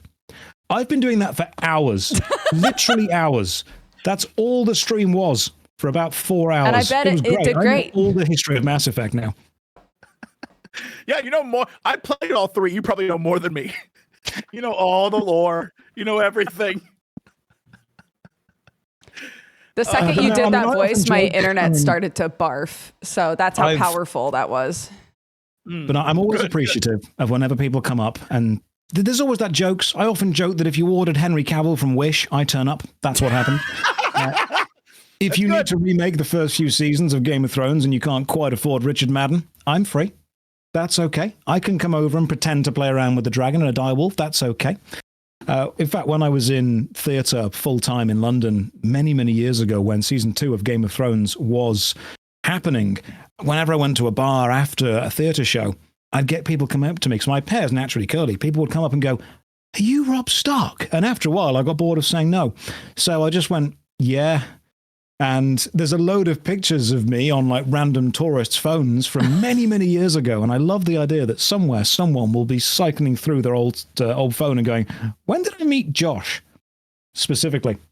I mean, people often say that. I mean, I met Ben Starr, the voice actor who did Final Fantasy 16, Clive, I think it was. Ben is a lovely chap. And I've said to Ben, "Look, Ben, if you ever have a documentary made of your life, I will play you if you play me." Perfect. In that thing. And we've agreed to do that, which I think is fantastic. Oh, no. But I've taken my true place as second monitor Henry Cavill. And I'm okay with that. I mean, like, I know what that's like. I'm the exact same way. In like 2018, there was a fat dude on German Idol, and we look exactly alike. So, like, I've been there. I know what it's like. There were a few people overseas that were like, "Are you famous?" And I was like, "Yeah." I mean, of course I am. Come on. Yeah. I was on. I'm one of your favorite singers. So, I'm so sorry. We've hit our time. We have to begin. Are we done? We have to begin the wrap-up process, but also because every time Josh talks, my internet starts to freak out, and I don't know what kind of magic, witchcraft is going on there. I don't know. Finally, what's my happening. bribes are getting to the right people. This is good. Would I tell you, the reason that I freaked out a second ago is because you started talking and your whole video just turned into like garbage. It was so alarming. What's crazy is he's great. He looked great for me. So you're telling me in the VOD, people are going to see a terrifying Josh? Because that's fine. I need him brought down to my level. Honestly, like, I need you to just... You're seeing him without the glamour. Finally. For anyone in the chat, Jesse is a ninja, because we met very briefly in Ghent, I think it was, for a Baldur's Gate 3 event, and we were in the kind of opening of a hotel area, and I was chatting to you, you were chatting to me. It was lovely, lovely conversation. I turned to check into the hotel. I turned back. You were halfway through Ghent. You just wandered off because you saw a city and you were like, "I'm going to explore this." I didn't know that you would just sprint halfway through into it. Every time we were having a conversation, it would be lovely. I would turn around and you'd be looking at some touristy thing somewhere, but you'd managed to travel a huge distance in a very short amount of time. You were a very skilled ninja, but it was a genuinely lovely few days that we got to spend together. It was great. I love traveling and I love exploring. And I was an only child as a kid. So when I see, I'm like, I'm going to go look at stuff. So I get lost in cities. I'm a city explorer. So when they threw me in Ghent, they were like, go have fun. Also, there's cherry beer. I don't think you could stop me. If I lived there, you had Batman energy. That's what it was. It was a Commissioner Gordon moment of me chatting to you, turning around, and you just gone. It was brilliant. Well, I said what I had to say, and like Batman, I vanished. Yeah. I gave you all the contextual information you needed, and I was like, I gotta go stop him. And I was gone. Yeah. So Josh, when we wrap up the show, something that we love to spring on our guests, and I feel like you're gonna have zero issue with this, is we would love for you to suggest homework, basically, for chat. It used to be for us. It's not anymore. It's for chat. I've passed the buck. And this is, it can be a game, a book, comic, movie, whatever, that you think more people should give a chance to. Okay, I used to be a teacher, so I can do this. That's fine. And the bell doesn't dismiss you. I do. So everyone, stay in your seats until I've given you your homework, and I will be checking in. Do you want nice homework or nasty homework? Are we being kind to chat? Somebody in chat was like, oh my God, what is he going to make us play? Match that energy. I want you to play a video game called Desert Bus. And about 7 hours, Jesse might understand what that game is. About 7 hours into that game, something really interesting happens. And I need you to report back on exactly what Desert Bus is. Or a harder game, I need you to play Skyrim, but not be a stealth archer. Because I don't think anyone's done that yet. And I'm interested in how the game plays. Or, if you want a real thing. Or, if you do play an MMORPG, whether it's Final Fantasy XIV, Guild War II, World of Warcraft, RuneScape, Elder Scrolls Online, any of them, grab your mates, or a guild mate, have a conversation to set the expectations, and then try and do something non-optimal. Try and fish in a bad place. Try and go through a dungeon using less than the best equipment than you've got. Try and speedrun something that's not meant to be speedrun, but you have to give yourself a handicap. Specifically try and, instead of min-maxing, max-min something. Try and do something silly and see if, even just for a moment, it reignites that spark of, this is why I fell in love with gaming. Fantastic. And that's awesome. Also, I just want to say for the record, how dare you? How dare you, like, this is why I fell in love with gaming. How dare you? How dare you? I heard it in your voice. How dare you? I leaned forward into the microphone and everything, Jesse. Thank you all so much for watching Geekenders. Josh, would you like to give everybody the lowdown on who you are and how people can find you and spend more time with your apparently sultry voice? I am JoshStrifeHayes. I have multiple YouTube channels. The most popular one is JoshStrifeHayes, where I play MMORPGs. I have a series called Worst MMO Ever, where I play the worst games I can possibly find and try and find something good within them. I have a secondary channel called JoshStrifePlays, where I go through retro games, mostly RPGs. We've recently replayed through Baldur's Gate, Neverwinter Nights, the old James Bond Nightfire game on the PlayStation 2. That was fun. There's a clip channel called JoshStrifeSays, because all these things have to rhyme, which is the best of the Twitch, and then I Twitch stream every Saturday at 7 p.m. UK time and every Sunday at 4 p.m. UK time. And if you can't remember those times, that's okay. I've invented a handy rhyme that you can remember, and the rhyme goes Saturdays at 7, Sundays at 4. That's the rhyme. Just remember that, and you'll know exactly when I'm streaming. It's very good. Thank you. It took a while. I knew it was coming too. You were prepared, and then you weren't prepared. On stream, but Jesse's face. I was prepared for it. I knew it was going to happen. I knew he was going to do it, and he still did it. Composed. Goodness gracious. Jessup, what would you like to shout out? Hey, What have you got going on? Yeah, hey, remember that July 16th, our lovely game Gestalt Steam and Cinder comes out. Dudes and I are very excited for that. We pushed it back so y'all can play Elden Ring and I can play Dawn Trail. So you're welcome. Yeah, thank you. We did you a favor, so yeah, we did you a solid. Yeah, I would expect some more goofs and nonsense coming up. This past week, I was on Dropped Frames, and while there, Rami Ismail told me to play the Exit 8. He thought it was a very Jesse game, so I'm going to give that a shot this weekend. And then Saturday night, Crendor and I are back for movie night, and we have decided we're going to watch Big Trouble in Little China, and it's going to be so good. So come on in and enjoy the fun as we get there. And then, yeah, I still have Scald to play and more Crypt Master and more things. So all that good times. And if you want, Dodger and I played Paladins yesterday. I was going to say, super cute. We played Paladins and that was really fun. We're hoping to play that again, maybe with Crendor and Octo. We're going to see if we can get a little 4 team together. So if you're wondering why Crendor and Octo is, we played enough to realize we need a Chaos agent, one of those two will do it. Yeah. Yeah. There you go. Dodger, what's going on in your life? Oh my gosh. I don't know what I'm playing next week, to be totally honest, but I played Duck Detective today. If you'd like to go back and watch the VOD of that, very short, but fantastic on the topic of games that have like an incredible intro that makes you go, okay, I have to play the rest of this game. Duck Detective is so good.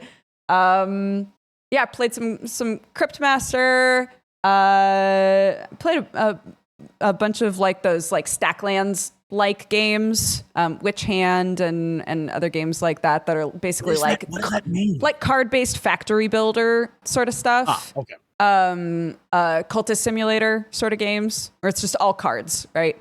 Trying to get good at those because they overwhelm me.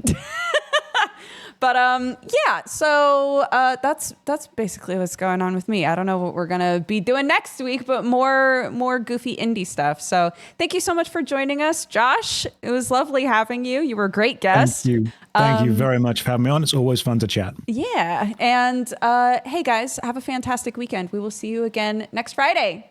So take care of yourselves. Bye-bye. Bye.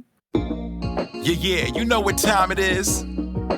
It's time for the Geekenders podcast. MegaRan, Jesse and Dodger, what up? Let's go. Yo, it's the weekend. Yeah, it's time to geek out. Let it begin. Go on, stream and shout. It's Jesse and Dodger, so give them a follow and see what the Geekenders are all about. Yo, it's the weekend.